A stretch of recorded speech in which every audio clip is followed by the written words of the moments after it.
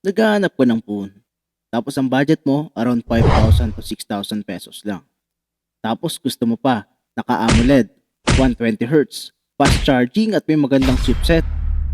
Well, baka makatulong tong video na to sa'yo.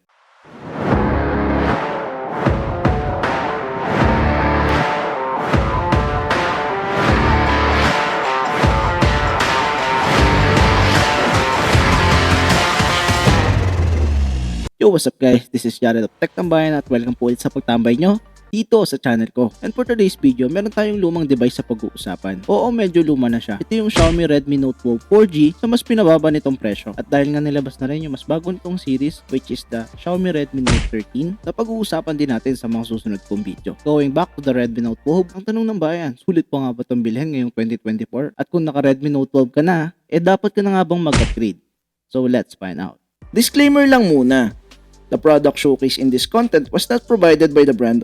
All opinions and statements expressed here are solely based on my personal experience and are not influenced by any form of compensation or sponsorship from the brand.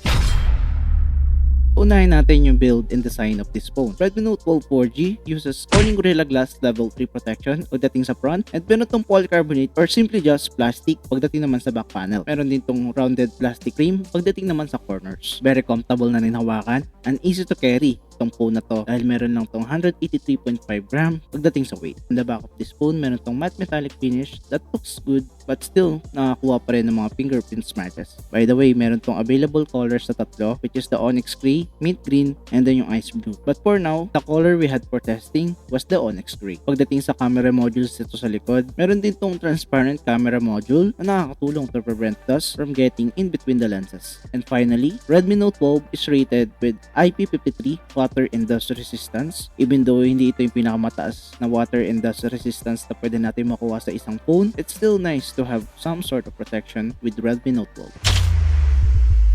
Going to the display of this phone, the Redmi Note 12 has a 6.67-inch AMOLED dot display with a high refresh rate of 120Hz. That means that mas smoother na yung user experience na pwede nating makuha sa phone na to compared to the other phones na meron lang 60Hz and 90Hz na refresh rate. Meron din tong punch hole notch on the top and very reasonable naman yung bezels nito na medyo makapal nga lang yung nasa bottom part. And para sa best feature ng display nito, meron tong 1200 nits of peak brightness. So ibig sabihin, goods sa goods yung display nito, both indoors and outdoors. Goods din yung nakuha nating display color, hindi siya oversaturated. And also, support din ito yung HDR and Wi-Fi Level 1 certification. Kaya okay na okay din to when it comes to viewing scenarios. Pagdating naman sa speakers ng Redmi Note 12, siguro ito yung isa sa downside ng phone na to. Meron lang siyang one single downward firing speaker na makikita sa baba. At goods naman yung na-produce sa sound at hindi siya distorted. At isa pa sa nagustuhan ko bukod sa display ng phone na to, meron pa rin tong 3.5mm jack at meron tong IR blaster. So ibig sabihin, pwede mo siyang gamitin sa other devices and appliances using IR sensor. Meron din siyang side-mounted fingerprint on the top of the power button na very fast and reliable. Let's talk about the camera of this phone. The Redmi Note 12 is equipped with 50MP wide sensor for its main shooter. Meron din tong 8MP for ultra wide angle lens and meron siyang standard 2MP for macro lens. Sinubukan namin yung camera nito during daylight at ito yung mga images na nakuha namin. So as you can see, very accurate yung colors at goods naman yung image na na-produce nito using its rear camera. Medyo nagkatalo nga lang pagdating sa night photography. Medyo blurry and grainy yung nakuha nating mga images using its rear camera. But still, the camera is decent. We just have to lower our expectations pagdating sa camera ng phone na to. For selfie camera naman, meron tong 13MP front camera na may balanced skin tones naman for the most part. Going to the performance of Redmi Note 12 compared to the other phones on its range na gumagamit lang ng Helio series like Helio G85, Helio G88, or even Helio G35. This phone uses Qualcomm Snapdragon 685 with 6nm process. Meron din siyang available options pagdating sa RAM. Meron siyang 4GB RAM, 6GB RAM, and 8GB RAM which are also virtually expandable up to 8GB of RAM expansion. Pagdating naman sa storage, meron siyang 128GB and 256GB of internal storage option. And yung gamit natin ngayon is yung 6GB RAM, 128GB na variant. Pagdating sa CPU, meron siyang octa-core Cortex CPU and meron siyang Adreno 610. Pagdating naman sa GPU, meron na rin siyang 240Hz na touch sampling rate and goods na goods yung up performance na nakuha natin sa phone na to. Meron din siyang medium graphical settings pagdating sa games like Call of Duty Mobile, and Mobile Legends, expected na goods yung gaming experience natin pagdating sa performance ng phone na to.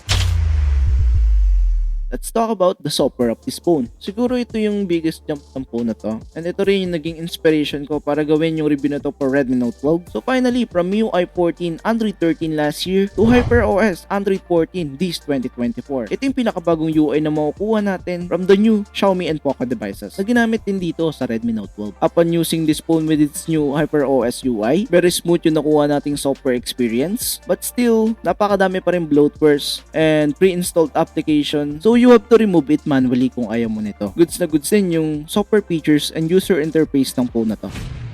For the battery of this phone, meron tong lithium polymer 5000 mAh of battery with a decent 33 watts of charging. In terms of longevity between normal apps and games, masasabi ko na kaya nitong tumagal for around 1 to 2 days. Depende pa rin sa gamit nyo.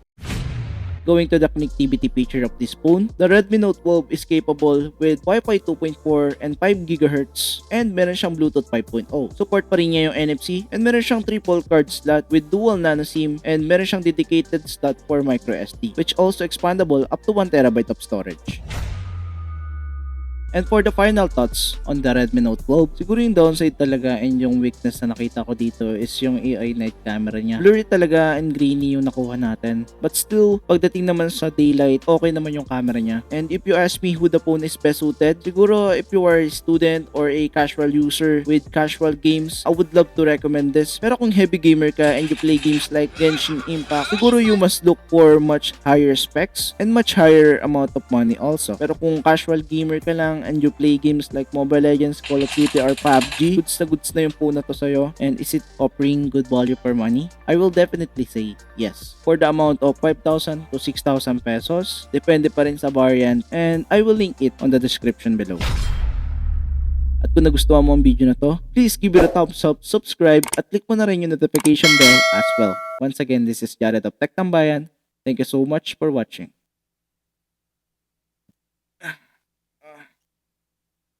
Mag-edit na tayo.